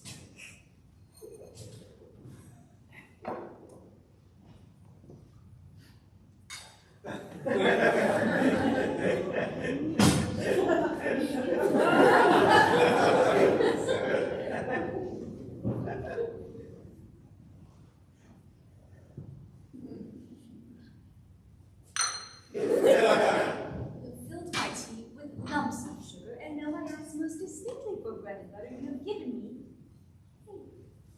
I am known for the gentleness of my nature and the sweetness of my disposition, but I warn you, Miss Carter, you may go too far. Save my poor, sweet, innocent boy the machinations of any other girl, there are no lengths to which I would not go. From the moment I saw you, I distrusted you. I felt you were most inconceivable. My first impressions of people are invariably right. Seems to me, Miss Fairfax, that I am trespassing on your valuable time. You clearly have many other calls of a similar character to make in the neighborhood. Ernest, my own Ernest. Gwendolyn. A moment. Can you tell me if you're engaged to be married to that young lady? The dear little Cecily. Of course not. Who would have put that idea in your pretty little head? Thank you. You may. I knew there must be some misunderstanding, Miss Fairfax. The man whose arm at present is round your waist is my guardian, Mr. John Worthing. I beg your pardon? This is Uncle Jack. Jack! Oh. Here is Ernest. Tell me, are you engaged to be married to this young lady? To what young lady? Oh, good heavens, Gwendolyn. Yes, to good heaven, I mean to Gwendolyn. Oh, of course not. What could have put such an idea into your pretty little head? I knew there was some misunderstanding, Miss Carter. The gentleman you are now embracing is my cousin, Mr. Algernon Moncrief. Algernon Moncrief! Oh! Is your name really Algernon? I can't deny it.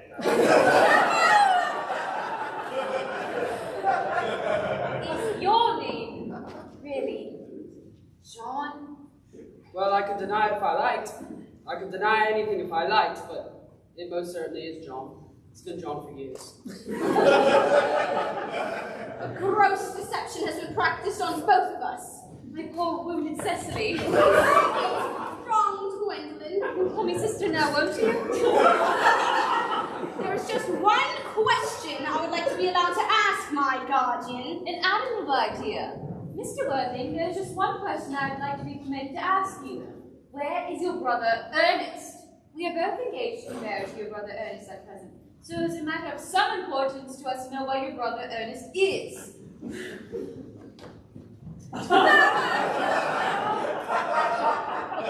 Gwendolyn, Cecily, it is a very painful thing to be forced to speak the truth. It is the first time I've ever been put in such a painful position. In fact, I'm sure I'm really quite bad at it, but I must say quite candidly that I have no brother Ernest. I never had a brother in my life, and I certainly have no intention of having one in the future. No brother at all? No, Not even of any kind. not of any kind. Then I'm afraid it is quite clear, dear Cecily, that neither of us are engaged to be married to anyone. It is not a very pleasant position for a young girl to find herself in, is it? Let us go into the house. They will hardly venture after us there. No, men are so cowardly, aren't they? So this ghastly state of things is what you call bun-burying, I suppose? Yes! A perfectly wonderful Bunbury it is. The most wonderful Bunbury I have ever had in my life. But I don't allow any bun-burying here. Well, that is absurd. One has the right to Bunbury anywhere one chooses. Every serious Bunburyist knows that. Serious bun-buries? Good heavens. Well, one must be serious about something if one wants to have any amusement in life. I happen to be serious about Bunburying. What on earth are you serious about? I haven't the remotest idea. About everything I should fancy. You're such an absolutely trivial nature. But the one small satisfaction I have from this whole wretched business is that your friend Bunbury is quite exploded. You won't be able to run down to the country as often as you used to, dear Algy, and a very good thing, too. Your brother is a little off-colour, isn't he, dear Jack?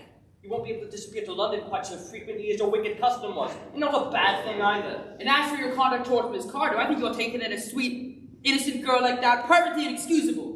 Say nothing of the fact that she's my ward. I can see no possible defence at all for your deceiving a brilliant, clever, thoroughly experienced young lady like Miss Fairfax, to say nothing of the fact that she is my cousin. But I wanted to be engaged to Gwendolyn, that is all. I love her. Well, I simply wanted to be engaged to Cecily. I adore her. Well, there's certainly no chance you're marrying Miss Carter. Well, I don't think there's much likelihood, Jack, of you and Miss Fairfax being married. Well, what business is that of yours? If it was my business, I wouldn't talk about it.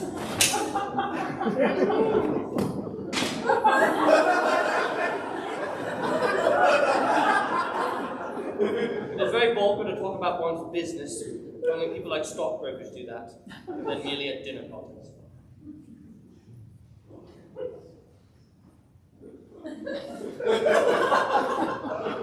How you can sit there calmly eating muffins while we are in this horrible trouble, I cannot make out! You seem to me to be perfectly heartless! Well, I can't eat muffins in an agitated manner. The butter would probably get on my cuffs. One should always eat muffins quite calmly. It is the only way to eat them. I think it's perfectly heartless to eat muffins at all under the circumstances. When I'm in trouble, eating is the only thing that consoles me. Indeed, when I'm in really great trouble, as anyone who knows me intimately will tell you, I refuse everything except food and drink.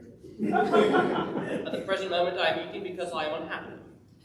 Besides, I'm particularly fond of muffins. But there's no reason why you should eat them all that greedy way. Not tea cake. I don't like tea cake. Oh, good heavens! I suppose a man made his own muffins in his own garden!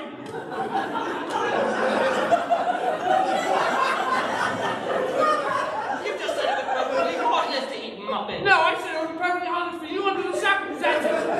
That's a entirely different thing. That may be, but the muffins on the stage. How dare you just go? You can't possibly ask me to go without having some dinner. It's absurd. I don't go anywhere without my dinner. Nobody ever does except vegetarians. People like that.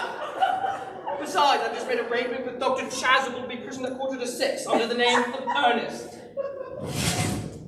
My dear fellow, the sooner you give up this wretched business, the better. For I myself made plans to be christened by Dr. Chasuble at 5:30, and naturally I will be taking the name of Ernest. Gwendolyn would wish it. We can't both be christened Ernest, that's absurd. Besides, I have the perfect right to be christened if I like. There is no evidence I've ever been christened in my life. I think it very highly unlikely that I ever have been, and so did Dr. Chasuble.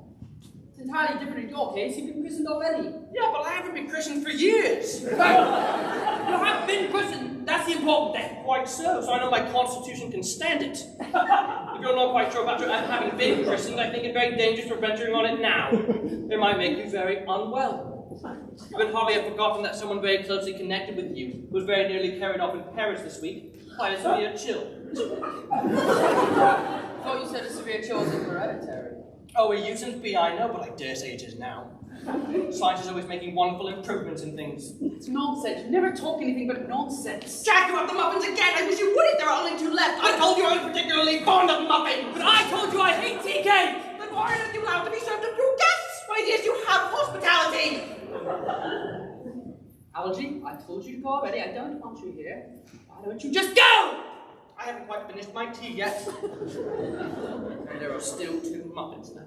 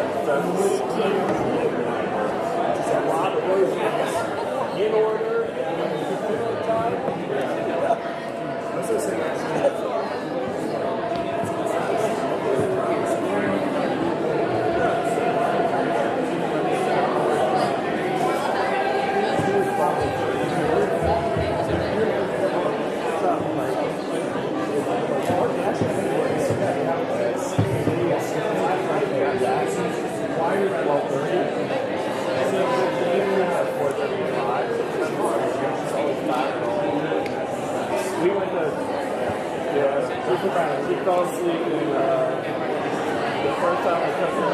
She was really cute. And I took her to like, she fell asleep like, all the time.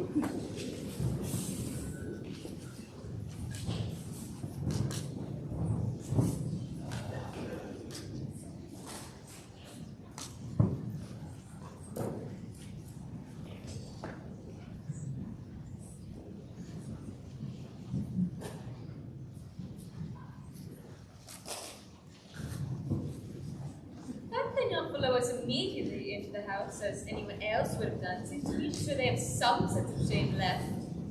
They seem to be eating muffins! That looks like a sign of repentance. They don't seem to notice us at all. Couldn't you call? Was I having to call? They're looking at us. What effrontery. Oh, they're approaching! That's rather forward of them. Let us preserve a dignified silence. Certainly, that's the only thing to do now.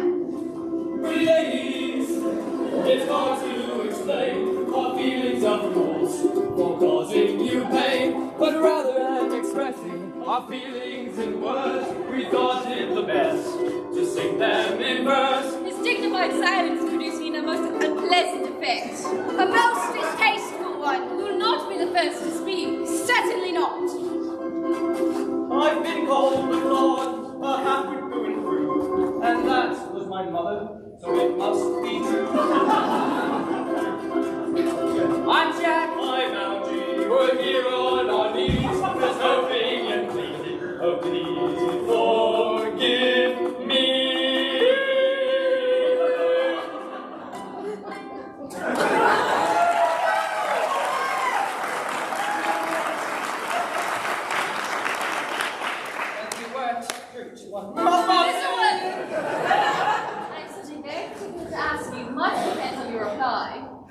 Wesley, your common sense is invaluable.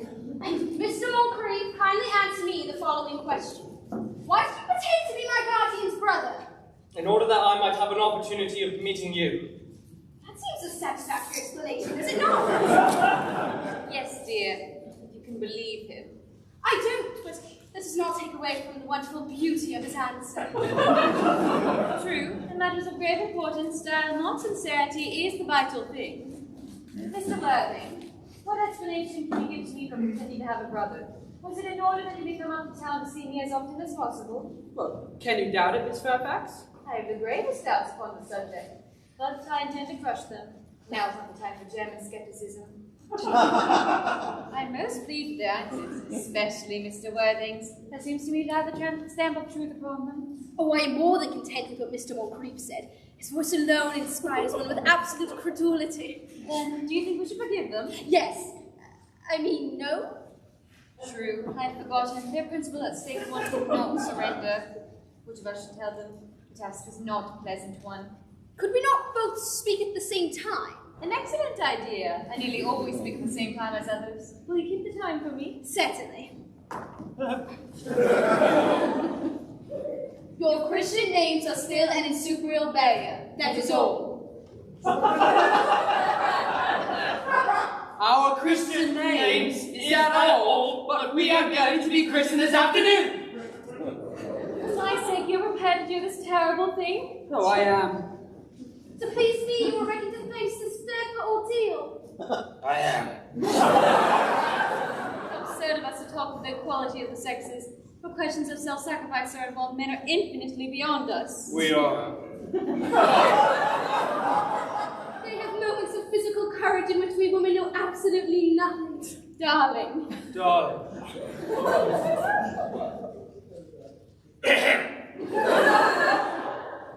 Lady Bracknell. Gwendolyn! What does this mean? Merely that I'm engaged to be married to Mr. Worthing, Mamma. Come here. Sit down. Sit down immediately. Hesitation of any kind is a sign of mental decay in the young, of physical weakness in the old. Apprised, sir, of my daughter's sudden flight by her trusty maid, whose confidence I purchased by means of a small coin, I followed her at once by a luggage train. Her unhappy father is, I'm glad to say, under the impression that she's attending a more than usually lengthy lecture by the University Extension Scheme on the influence of a permanent income on thought. I do not propose to undeceive him. Indeed, I have never undeceived him on any question I would consider it wrong. However, you clearly understand that all communication between yourself and my daughter must cease immediately from this moment. On this point, as indeed on all points I infer. I am engaged to be married to Gwendolyn, Lady Bracknell. You are nothing of the kind, sir. And now as regards Algernon. Algernon! Yes, Aunt Augusta. May I ask if it is in this house that your invalid friend, Mr. Bunbury, resides? Oh, no. Bunbury is somewhere else at the moment. Bunbury doesn't live here. In fact, Bunbury is dead. Dead? When did Mr. Bunbury die? His death must have been extremely sudden.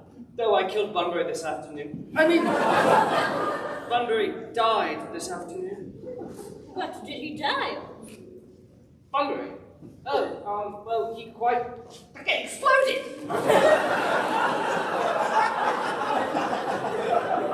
Exploded? Was he the victim of a revolutionary outrage? I was not aware that Mr. Bunbury was interested in social legislation. If so, he is well punished for his morbidity. My dear Aunt Augusta, I mean he was found out. The doctors found out that Bunbury could not live. That is what I mean. So Bunbury died. He seems to have had great confidence in the opinion of his physicians. However, I am glad that he made up his mind at last to some definite course of action and acted under proper medical advice. And now that we have finally got rid of this Mr. Bunbury, may I ask Mr. Worthing, who is that young person whose hand my nephew Algernon is now holding in what seems to me a peculiarly unnecessary manner? That young lady is Miss Cecily Cardew, my ward. I'm engaged to be married to Cecily, Aunt Augusta. I beg your pardon. Mr. Moncrief and I are engaged to be married, Lady Bracknell. I do not know if there is anything peculiarly exciting in this particular part of Hertfordshire, but the number of engagements that go on seem to me to be considerably above the proper average that statistics have laid down for our guidance. I think a preliminary inquiry on my part would not be out of place. Mr. Worthing, may I ask if Miss Cardew is at all connected with any of the larger railway stations in London? I merely desire information. Until yesterday, I had no idea that there were any families or persons whose origin was a terminus. Miss Cardew is the granddaughter of the late Mr. Thomas Cardew of 149 Belgrave Square, Southwest, Jervis Park, Dorking-Sherry, and the Spawn Thatcher, New Brunswick. That sounds not unsatisfactory. 3 addresses always inspire confidence, even in tradesmen. But what proof have I of their authenticity? I've carefully preserved the court guidelines of the period. They're open to your inspection, Lady Bracknell. I have known strange errors in that publication. Well, Miss Carter's family solicitors are Messieurs Markby, Markby, and Markby. Markby. A firm of the very highest position in their profession. Indeed, I am told that one of the Mr. Markbys is occasionally to be seen at dinner parties. So far, I am satisfied. How extremely kind of you, Lady Bracknell. You will also be pleased to hear that I have in my possession certificates of Miss Cardew's birth, baptism, whooping cough, registration, vaccination, confirmation, and the measles, both the German and the English variety. A life crowded with incident, I see, though perhaps somewhat too exciting for a young girl. I am not myself in favor of premature experiences. Come, Gwendolyn. The time approaches for our departure. We have not known a cruise. As a matter of form, Mr. Worthing, I had better ask if Miss Cardew has any little fortune. Oh, merely £130,000 in the funds, that is all. Goodbye, Lady Bracknell, so pleased to have seen you. A moment, Mr. Worthing. £130,000 and in the fund. Miss Cardew seems to me a most attractive young lady now. Few girls of the present day possess any really solid qualities, any of the ones that lost and improved with time. We live, I regret to say, in an age of surfaces. Come over here, dear. Pretty child. Your dress is sadly simple, and your hair seems almost as nature might have left it. But that makes one all people. A thoroughly experienced French maid produces a really marvelous result in a very brief space of time. I remember recommending one to young Lady Lancing, and after 3 months, her own husband did not know her. After 6 months, nobody knew her. Kindly turn round, sweet child. No, the side view is what I want. Yes, quite as I expected. There are distinct social possibilities in your profile. The 2 weak points in our age are its want of principle and its want of profile. The chin a little higher, dear. Style largely depends on the way the chin is worn. It is worn very high just at present. Algernon? Yes, Aunt Augusta. There are distinct social possibilities in Miss Cardew's profile. Cecily's the sweetest, dearest, prettiest girl in the whole world. And I don't care tuppence about social possibilities. Never speak disrespectfully of society, Algernon. Only people who can't get into it do that. My dear, you must be well aware that Algernon has nothing but his debts to depend upon. But I do not approve of mercenary marriages. When I married Lord Bracknell, I had no fortune of any kind, but I never dreamed of allowing that to stand in my way. Well, I suppose I must give my consent. Thank you, Aunt Augusta. Thank you, Lady Bracknell. Cecily, you may kiss me. You may also address me as Aunt Augusta for the future. Thank you, Aunt Augusta. The marriage, I think, had better take place quite soon. Thank you, Aunt Augusta. I'm not in favor of long engagements. They give people the opportunity of finding out each other's character before marriage, which I think is never advisable. Well, pray excuse me for interrupting you, Lady Bracknell, but according to Miss Cardew's grandfather's will, she cannot marry legally without her guardian's consent until she comes of age. That consent,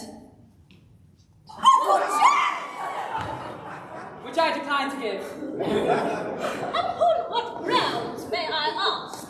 Algernon is an extremely, I may almost say an ostentatiously eligible young man. He has nothing, but he looks everything but more than It pains me very deeply to have to speak frankly to you, Lady Bracknell, but I'm afraid I don't approve of your nephew's moral character at all. I suspect him of being untruthful. Untruthful? My nephew Algernon. Impossible, he is an Oxonian. I'm afraid there can be no possible doubt about the matter. You see, this afternoon, during my temporary absence in London on an important question of romance, he obtained admission to my house under the false pretense of being my brother.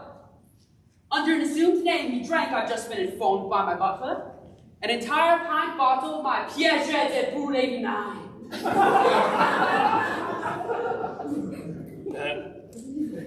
Wine I was specially preserving for myself.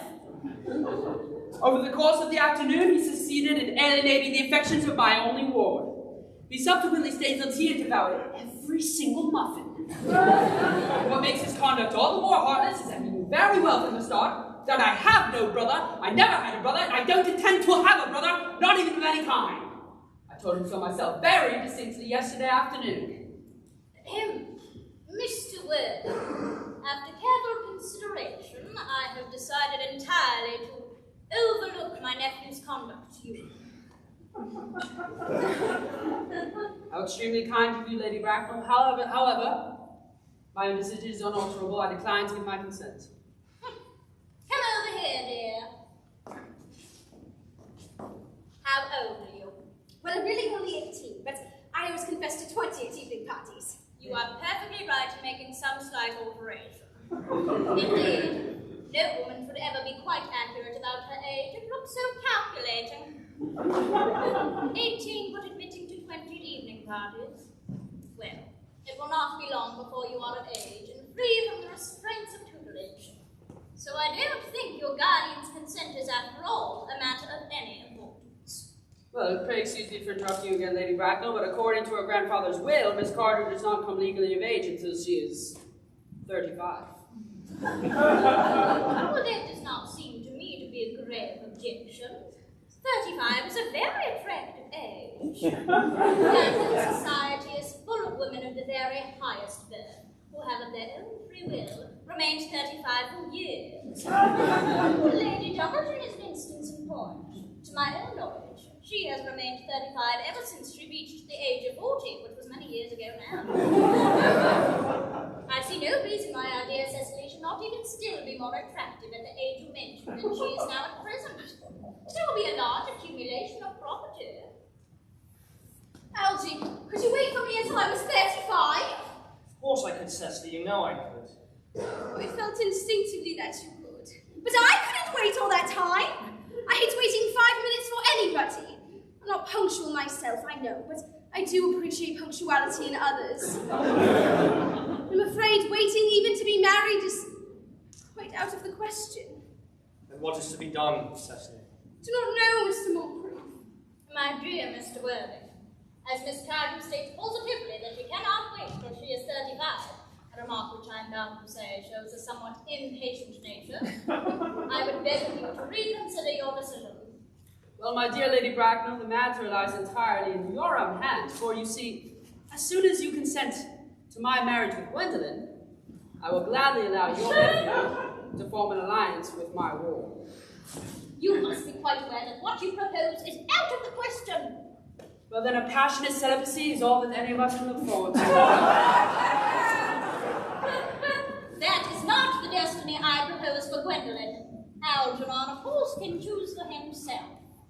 Come, dear, we have already missed 5, if not 6 trains. To miss any more might expose us to comment on the platform. Everything is ready for the christenings. The christening, sir, is not that somewhat premature? Both these gentlemen have expressed a desire for immediate baptism. At that age. The idea is grotesque and irreligious. Algernon, I forbid you to be baptized. I will not hear of such excesses. Lord Bracknell would be highly displeased if he learned that that was the way in which you wasted your time and money. Am I to understand, then, that there are to be no christenings at all this afternoon? Well, I'm afraid, Dr. Constable, that as things are now, christening wouldn't be of much practical use to any of us. I am grieved to hear such sentiments from you, Mr. Worthing. They savor of the heretical views of the Anabaptists. Views I have refuted in 4 of my unpublished sermons. But seeing as your mood seems to be one peculiarly secular, I will return to the church at once. Indeed, I've just been informed by the pew opener that for the last hour and a half, Miss Prism has awaited me in the vestry. Miss Prism? Did I hear you mention a Miss Prism? Yes, Lady Bracknell. I'm on my way to join her. Pray, allow me to detain you for a moment. This matter may prove to be one of vital importance to myself and Lord Bracknell. Is this Miss Prism a female of repellent aspect, remotely connected with education? She is the most cultivated of ladies, the very picture of respectability. It is obviously the same person. May I ask what position she holds in your household? I am celibate, madame! Miss Prism has been for the last 3 years Miss Cardew's admirable governess and valued companion. In spite of what I hear of her, I must see her at once. Let her be sent for. She approaches. She is nigh. I was told that you expected me in the vestry, Canon. I've been waiting for you there for an hour and 3/4. Prism! Come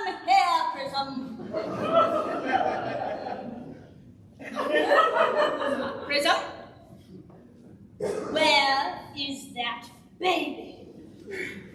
28 years ago, Prism, you left Lord Bracknell's house, number 104, Upper Grosvenor Street, in charge of a perambulator that contained a baby of the male sex. You never returned. A few weeks later, through the elaborate investigations of the Metropolitan Police, the perambulator was discovered at midnight, standing by itself in a remote corner of Bayswater. It contained the manuscript of a 3-volume novel of more than usually revolting sentimentality. But the baby was not there. Prism, where is that baby? I admit with shame, Lady Bracknell, I do not know. I only wish I did. The plain facts of the case are these. On the morning of the day you mentioned, a day that is forever branded in my memory, I prepared as usual to take the baby out of its perambulator. I had with me a somewhat old but capacious handbag in which I intended to place the work of fiction I had written in my few unoccupied hours. In a moment of mental abstraction, for which I can never forgive myself, I deposited the manuscript in the bassinet and placed the baby in the handbag. But where did you deposit the handbag? Oh, do not ask me, Mr. Worthing. Miss Prism, this is a matter of no small importance to me. I insist on knowing where you deposited the handbag that contained the infant. I left it in the cloakroom of one of the larger railway stations in London. What railway station? Victoria, the Brighton Line! I must refrain to my room for a moment, Gwendolyn, and wait here for me. You're not too long. I'll live for you all my life. What do you think this means, Lady Bracknell?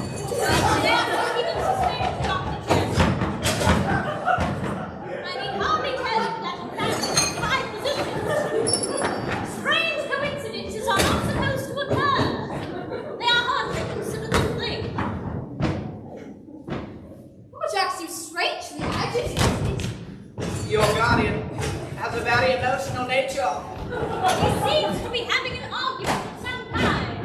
I like arguments. They are always vulgar and always convincing. It has stopped now.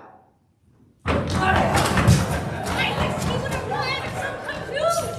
The suspense is terrible. I hope it will last. Miss Prism, examine this handbag carefully. The happiness of more than one life depends upon your answer. Well, it appears to be mine. Yes, here was the injury perceived from the upsetting of a Gower Street omnibus. An incident that occurred in younger and happier days. Oh, here is the stain in the lining from the explosion of a temperance beverage. That happened at Leamington. Oh, and here on the lock my initials. I have forgotten that in an extravagant mood I had them placed there. The bag is undoubtedly mine. I'm delighted to have it so unexpectedly restored to me. It has been a great inconvenience being without it all these years. Miss Prism, more has been restored to you than just that handbag. I was made you place in it. You? Yes. Mother!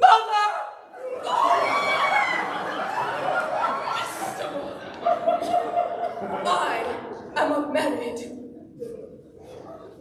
Well, I do not deny that is a serious blow, but... After all, who has the right to cast a stone against one who has suffered? Cannot repentance wipe out an act of folly? Why must there be one law for men and another for women, Mother? Mr. Worthing, there is some error. There is the lady who can tell you who you really are. Well, I hate to seem inquisitive, Lady Bracknell, but would you kindly inform me who I am? I'm afraid that the news I have to give you will not altogether please you. You are the son of my poor sister, Mrs. Moncrief, and consequently, Algernon's elder brother.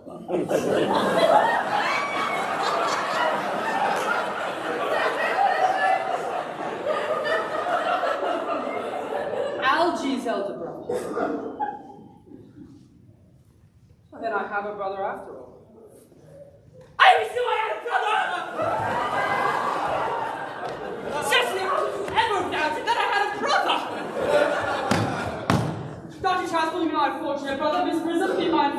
brother.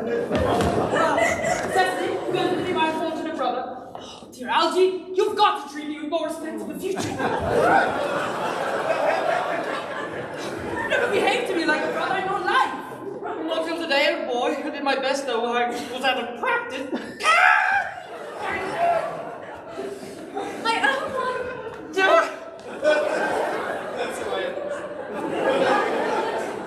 are you? What is your name that you've become someone else? Oh, I'd quite forgotten about that matter. I suppose your decision on my name is irrevocable? I never change, except in my affections. Well, then the matter must be settled at once, Miss Aunt Augusta. At the time when I was placing the handbag, had I been christened already? Every luxury that money could buy, including christening, had been lavished on you by your fond and doting parents. So I have been christened, that's settled, but what was my given christened name? Let me know the worst. For being the eldest, you were naturally christened after your father. Well, yes, but what was my father's christened name? I do not at the present recall what the general's Christian name was, but I've no doubt he had one. He was eccentric, I admit, but only in later years, and that was the result of the Indian climate and marriage and indigestion and other things of that kind. Well, I suppose his name would appear in any army list of the period. Well, the general was essentially a man of peace, except in his domestic life. But I have no doubt his name would appear in any military directory. The army list for the last 40 years are here! Oh, these delightful records should have been my constant study. Let's see. M. Generals. Madame Marx of Marguerite, or what ghastly names they have. Mark B. Migsby, Moncrief. Lieutenant 1840. Captain, Colonel, Lieutenant, Colonel. General 1869. Christian names. Ernest John.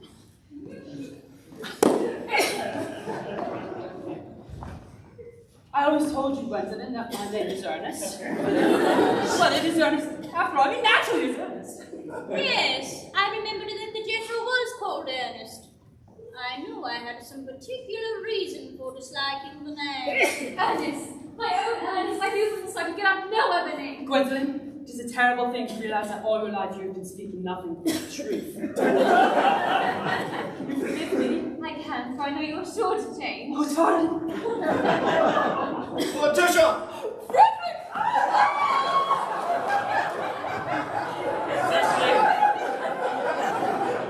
Oh, Gwendolyn. My nephew, you seem to be displaying signs of triviality. Well, on the contrary, Aunt Augusta, I've now realized for the first time in my life the vital importance of being earnest.